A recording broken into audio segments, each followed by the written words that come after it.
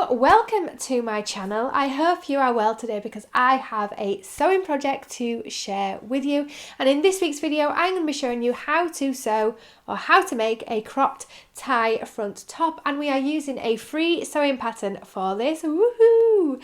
By Cool Stitches. This is the Elliot top, and the Elliot top is a deep V tie front cropped top. And I've made some slight modifications to it to give it a little bit more modesty because I found it was a bit too low cut for my liking. So if you would like to see how to make a cropped tie front top and add a few different alterations to it, then let's get sewing. So here is my chosen fabric of choice. It is a lovely blue turquoise gingham printed viscose material, and I don't know if it's a viscose dobby or just normal viscose, but it is really nice. It's got a bit of a drape but a little bit of stiffness as well, and this is from Minerva, so I will link it down below if you do want to check it out. And as well, I've got the printed and stuck together pattern from Cool Stitches, the Elliot top. So the first thing that I did is pin all the relevant pattern pieces as indicated and then cut them out. And I did originally try to use my rotary cutter, however the blade was quite blunt, so I went back to using my sewing scissors, and then I cut out all of the relevant pieces. The pattern also calls for strips of fabric to be cut, and I can't quite remember the length, so I'll put them in if I do remember in editing. And all you need to do is cut 2 of the same length for the channel ties and then 2 of the same length for the actual ties, marking these and then cutting them out. So in the end you should have 1 back bodice piece cut on the fold, 2 sleeves and 2 front bodice pieces, as well as those 4 strips of fabric.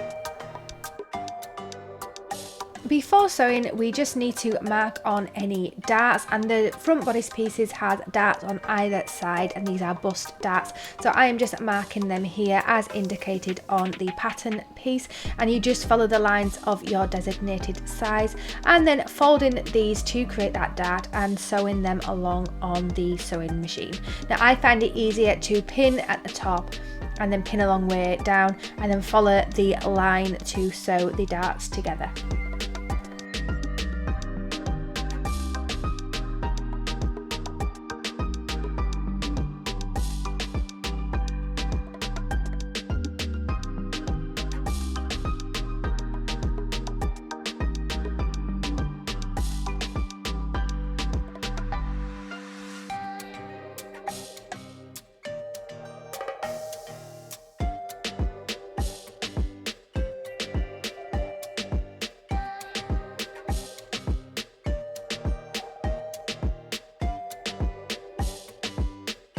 And this is what the darts will look like once they have been sewn. You also want to overlock the shoulders and side seams on all of the bodice pieces. So I'm using a zigzag stitch here because I don't have a serger, and just zigzagging all of those raw edges, and it'll help just stop it fraying when it is put together.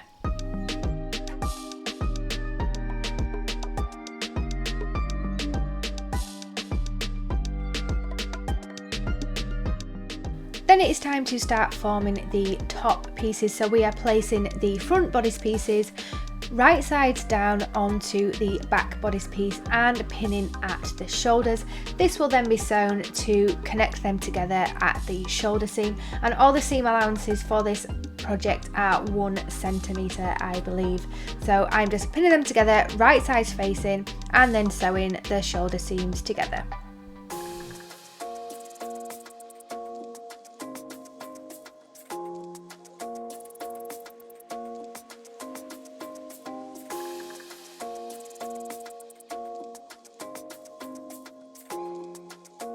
And then to finish off the shoulder seams, I am just pressing the seams open, and this will help set in all of them stitches and help it all come together nicely. Then it is time to sew 2 lines of gathering stitches. So these are base stitches, so the largest stitch on the machine on the top edge as indicated on the pattern piece of the sleeves, and then just pulling the top 2 threads to gather them sleeves in a little bit, because these are going to give that nice little gathered puffy look at the top when the sleeves are attached to the shoulder seams.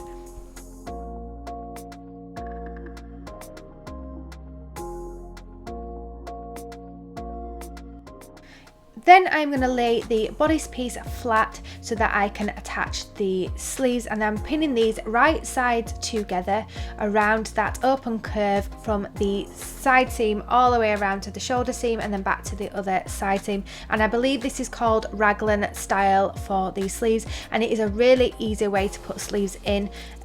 You sew them in more flat than going around a curve, so it is perfect for a beginner if you want to try this out. And obviously you want to make sure the gathers are even and are fitting in the designated place. Pin it all into place and then sewing it together.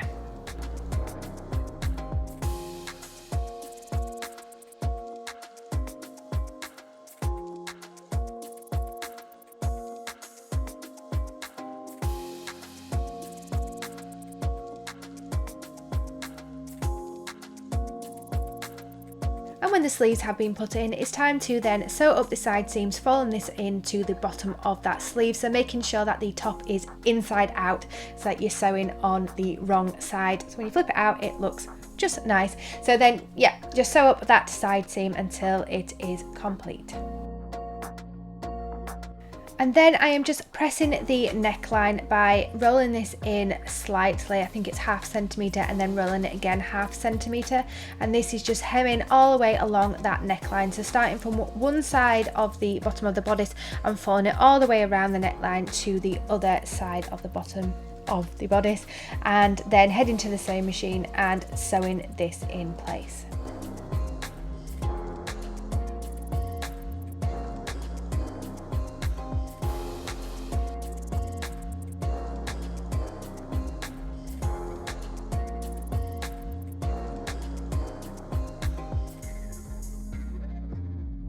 Then it's time to create the channels for the ties, and this will sit all the way around the bodice piece to thread the ties through.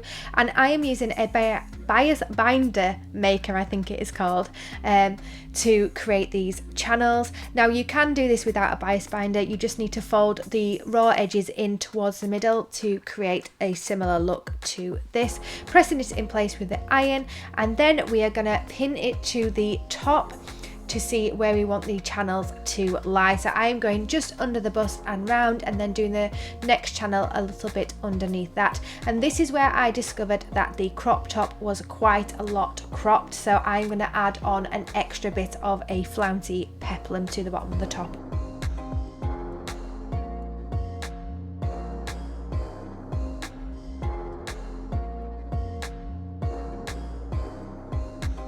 The channels are marked and then pinned to the inside of the top and then sewn in place on either side. So each of the edges of that channel you want to sew a seam all the way along right across the bodice, and then sew the second channel as well, and this will give you the 2 channels for the ties.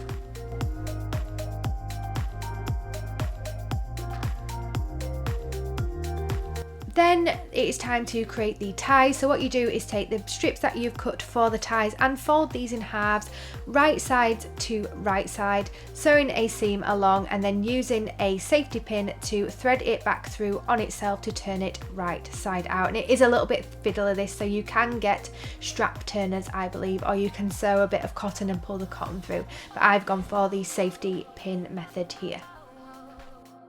And then, as I mentioned, I'm adding an extra bit to the crop top, so it's still going to be cropped, but not as cropped as it is turning out at the moment. So this strip is about 100 centimetres long by 12 centimetres wide, and I've just sewn some gathering stitches to be able to gather this in to give it a bit of a frill, and then attached it to the bottom of that top, as well as hemming the bottom edge by folding it over once and then folding it over once again, and then continuing the hem up the side to where the neckline piece started and finished.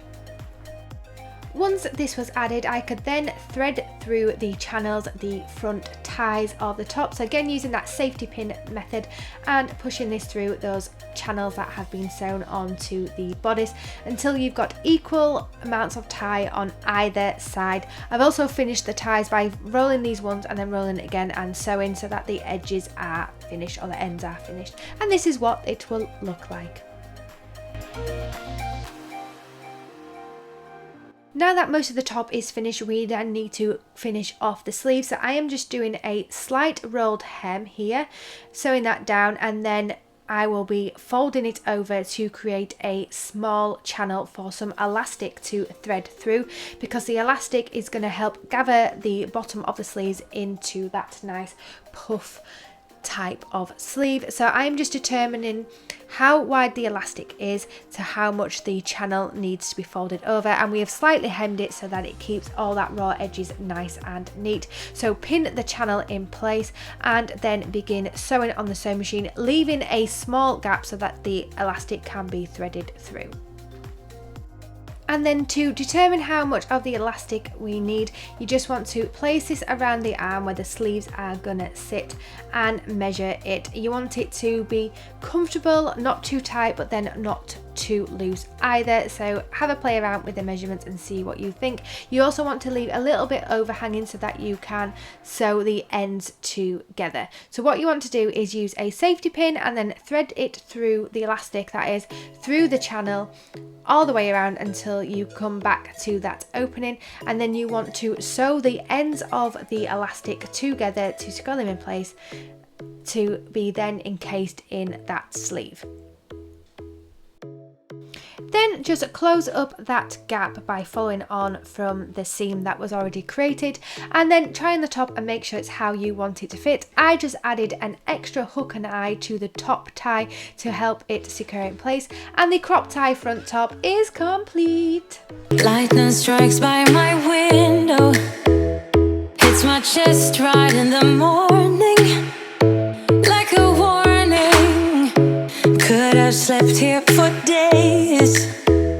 I felt your heartbeat, felt your mouth breathe, but it's not real. We were close to see the sun. They have how to make a cropped tie top using the Elliott sewing pattern by Cool Stitches, and I love how this has turned out. The fabric is just beautiful. That really nice turquoisey blue gingham is just very summery, isn't it? And you know, gingham is in. It's a little bit cottagecore, but maybe a bit more risque cottagecore. I do like how it's turned out. Now, this isn't something I would normally buy to wear or make to wear really. The deep V neckline is quite deep, and the tie front I feel like is a little bit more exposing. That's why I added in an extra hook and eye and then added on the extra bit of the crop. So it's still a crop top, but it's not as cropped as the pattern is. And I may wear this out and about, but I think it may be more suited to wearing on the beach, so I'll feel more comfortable. I think if it's just covering a swimsuit, I don't know why, but that may be just me, and I maybe need to be a bit more adventurous, who knows.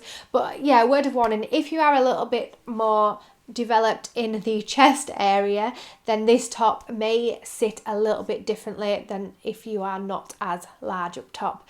You may be able to wear it a bit better if you're smaller chested, I guess, but you know what? You do you. It doesn't really matter. You wear what you want to wear, and if you want to have things more out on display, then go for it, because you know, your body, your life, your choices, and all that jazz. So let me know what you think of this top in them comments below, and whether you'll be giving this one a go or have you made it. Let me know what you think of it down in them comments. And whilst you're there, check out Cool Stitches link, because she has a few more sewing patterns to check out as well, so be sure to have a look at them. And if you enjoyed the video, then please do give it a big thumbs up, and don't forget to hit that subscribe button to keep up with all my creative and crafty antics coming up onto the channel. And whilst you're there, hit that notification bell as well, because that will alert you each time my videos go live. And I also have a blog, Ames's Antics, which I do for every video that I put up on here. There is always a corresponding blog post, so be sure to check that out, because sometimes there's just a little bit more information over on the blog, so be sure to check it out. And with that said, I will see you in next week's video, and I hope you have a wonderful rest of your day and week, and are able to do something creative and crafty like making the cropped tie top, or maybe something else, whatever takes your fancy. And I will see you in the next one. Bye!